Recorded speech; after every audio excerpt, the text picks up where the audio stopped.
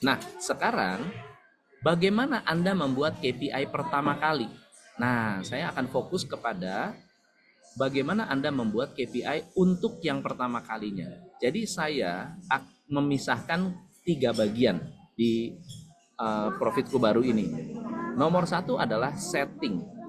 Kalau Anda ke setting, setting ini adalah sesuatu yang Anda lakukan satu kali dan tidak akan dilakukan lagi sepanjang tahun. Tidak akan diulang-ulang, kecuali ada penambahan. Contohnya, di setting ada employee. Ini langkah pertama ketika Anda membuat KPI, harus tambahkan employee Anda, karyawan Anda siapa. Oke, dan di sini Anda bisa import export. Oke, setelah tambah employee, tambah timnya, buat timnya. Anda bikin tim. Anda mau bikin tim apa? Tim artificial intelligence, tim admin, tim marketing, tim personal assistant. Nah, karena dari tim itu akan tercipta struktur organisasi. Oke. Setelah itu, teman-teman kembali lagi ke setting, baru berbicara goal setting, ya. Di sini ada finance, ada customer, ya, ada internal proses, ada learn and grow. Tergantung Anda sedang mau membuat goal apa. Let's say misalnya saya mau buat goal finance. Nah, tinggal Anda add goal di sini, teman-teman. Add goal. Nah, di sini ada goal, ada KSF. Kenapa harus ada KSF? Untuk memberikan filter, misalnya goal Anda apa? Contoh goal Anda apa? Contoh goalnya adalah penjualan meningkatkan penjualan cabang, misalnya meningkatkan penjualan cabang. Apa key sukses faktornya untuk bisa meningkatkan penjualan cabang? Cabang itu harus misalnya key sukses faktornya adalah fokus pada high profile customer, ya, fokus pada high profile customer. Ini Anda save. Oke. Nah, di sini Anda buat KPI-nya. Untuk bisa meningkatkan high profile customer, apa yang mau diukur? Misalnya, jumlah pelanggan dengan penjualan di atas 10 juta. Save. Nah, jadi yang diukur adalah jumlah pelanggan di atas 10 juta. Ini levelnya level apa? Di sini Anda bisa kasih deskripsi kalau Anda mau, tapi tidak wajib. Ini di level siapa? Level corporate, divisi, atau individu. Nah, ini ditentukan oleh Anda. Anda yang menentukan. Oke? So, let's say misalnya saya mau memberikan ke individu. Berarti yang akan bertanggung jawab mengisi dan melaporkan adalah individu. Nah, Anda pilih siapa ownernya.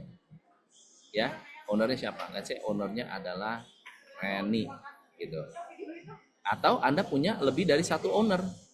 Ya, Reni ada punya target, Sinta punya target, Mayon ada target, ya, si Grace ada target juga, Lydia ada targetnya juga. Nah, berarti ada beberapa orang yang punya target yang sama. Lalu Anda pasang directionnya, higher is better. Nah, kalkulasinya Anda mau akumulasi atau Anda mau rata-rata. Nah, ini akumulasi atau rata-rata. Let's say pasti akumulasi dong kalau jumlah pelanggan. Ya. Kalau persentase harus rata-rata. Nah, unitnya apa? Jumlah. Oke, frekuensinya setiap bulan. Nah, baru Anda menentukan target. Nah, target ini Anda pilih owner dulu. Misalnya Lydia. Lydia targetnya beda dengan yang lain. Misalnya setiap bulan dia harus punya 20 pelanggan misalnya. Dan Lydia harus mengisi setiap bulan. Kita save. Grace berapa Grace? Oh, Grace itu bisa misalnya 100 misalnya. Ya, frekuensinya setiap bulan. Misalnya si Reni targetnya 25. Ini targetnya beda-beda nih. Karena mungkin kapasitasnya, seniornya, kotanya bisa berbeda-beda. Mayon misalnya karena junior dia cukup 5, ya. Atau Sinta Mayon dia juga misalnya baru mulai kerja, dia cukup 5. Save. Nah, ini akan menjadi akumulasi target dari keseluruhan orang yang sudah Anda targetkan. Sampai sini Anda udah selesai. Makanya setting itu 1 kali. Setelah ini Anda bisa pindah ke kompetensi setting. Kompetensi setting itu berarti Anda menentukan karyawan Anda yang namanya leader harus punya kompetensi apa, staff itu punya kompetensi apa. Jadi Anda sekali jalan nih. Oke. Setelah itu kompetensi Anda berikan pembobotan. Tujuannya supaya Anda bisa prioritaskan ya leadership-nya, communication-nya, yang Anda anggap penting, Anda kasih bobot yang lebih tinggi. Nah, ini yang penting kedua nih. Anda tentukan apa? Setting bobot. Anda mau bobotnya lebih berat ke kompetensi atau Anda mau lebih berat ke performance gitu ya. Kalau saya so far sih 50-50 aja. Kalau saya 50-50 karena buat saya ya dua-duanya penting gitu ya. Tapi buat Anda yang mau lebih berat ke performance ya udah 75% performance, 25% kompetensi, yang penting hasil. Mau attitude-nya kurang nggak apa-apa, atau ada yang lebih berat ke kompetensi. Oke, jadi ini di save. Oke, ini beres nih. Nah, data Anda akan muncul di KPI management. Data akan muncul di KPI management. Kalau Anda lihat all KPI, tadi Anda sudah mengisi Sinta penjualan di atas 10 juta. Nah, kalau Sinta mengisi, nanti Sinta tinggal isi di sini. Ya, tinggal ngisi actual. Oke. Misalnya kita lihat Reni. Nah, ini sudah muncul tuh KPI dia, jumlah pelanggan 25. Ya, dia tinggal ngisi. Misalnya saya pencapaiannya 23 di bulan Desember gitu. Oke.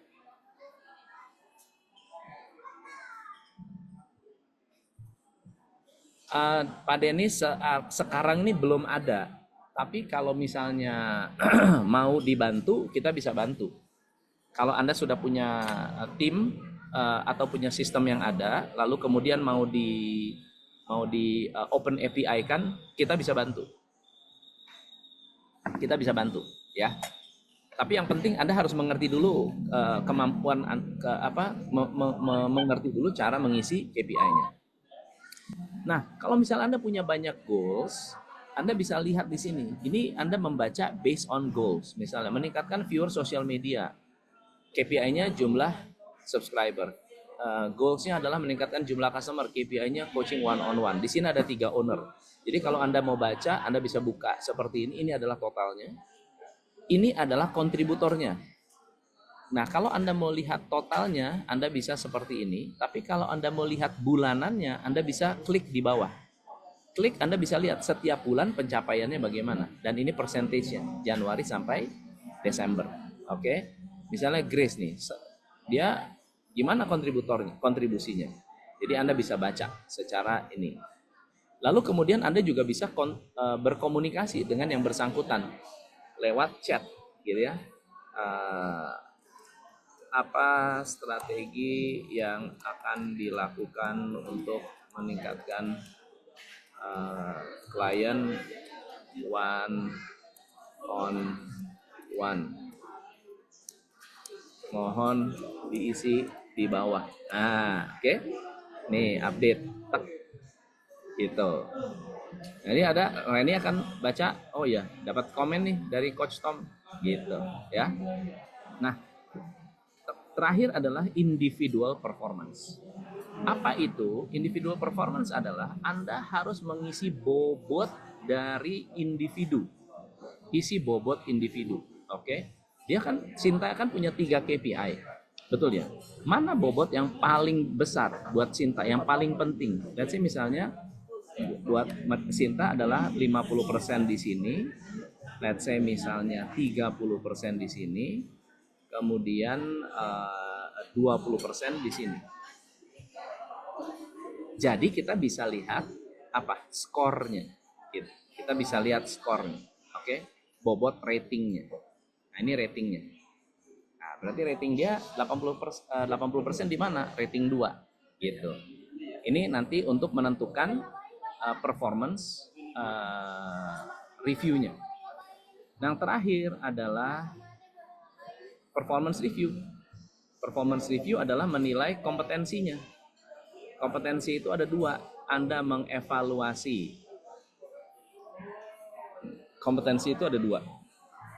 Misalnya contoh ini ya. Mengevaluasi kompetensinya.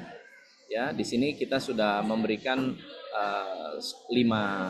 indikator. Underqualified berarti tidak punya kemampuan. Basic punya kemampuan tapi masih sangat-sangat butuh bantuan. Capable sudah cukup ya. Experience ini sudah berpengalaman. Expert sudah bisa mengajarkan orang lain ya. Jadi Anda bisa lihat skornya mudah untuk kita identifikasi. Nah, Anda bisa berikan evaluasi kompetensi. Nah, lalu kemudian yang terakhir adalah development-nya. Apa yang akan Anda lakukan, apa yang Anda nilai untuk development ini. Nah, ini sifatnya 360, Bapak Ibu. 360 itu berarti apa? Kita bisa memberikan penilaian kinerja secara 360 derajat. Ya. Nah, terakhir adalah performance appraisal. Performance appraisal basically adalah melihat keseluruhan kinerja. Fitri, performance 5, kompetensi skor 5, total skor 4,5. Siapa yang mengevaluasi Fitri kemarin? Ini HRD nanti bisa antik. Ya, antik. Kenapa? Karena ada yang valid, ada yang tidak valid, gitu ya. Yang terakhir adalah report. Di sini bisa melihat keseluruhan. Kompetensi beliau seperti apa? Ya, performance beliau seperti apa? Final skornya seperti apa, kekuatannya ya, dan development yang dibutuhkan apa, apakah bisa di upgrade, apakah bisa diangkat ke depannya, atau training apa yang dibutuhkan. Ini bisa dibaca atau dinilai dari keseluruhan. Nah, ini adalah tampilan dari Profitku baru. Nah, strategi ini adalah bonus ya teman-teman. Buat yang mengambil pro, ada SWOT analisis dan ada SWOT analisis ini bonus. Jadi yang bisa yang bisa Anda gunakan untuk strategic planning begitu. Ya. Siapa yang melihat bagus nggak? Bagus nggak? Nah, yang belum pernah coba Profitku, teman-teman bisa ke ini ya, teman-teman, ke home.profitku. Anda bisa register di sini. Nah, mungkin ada yang penasaran dengan harga, saya jelaskan dulu. Jadi Profitku itu starting dari 3 seat ya, 3 seat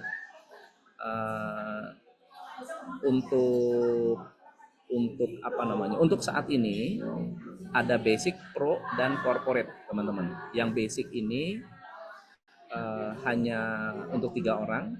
Kalau pro untuk 3 orang harga 135.000, tapi sudah mendapatkan SWOT analisis lengkap sampai powerful dashboard ya.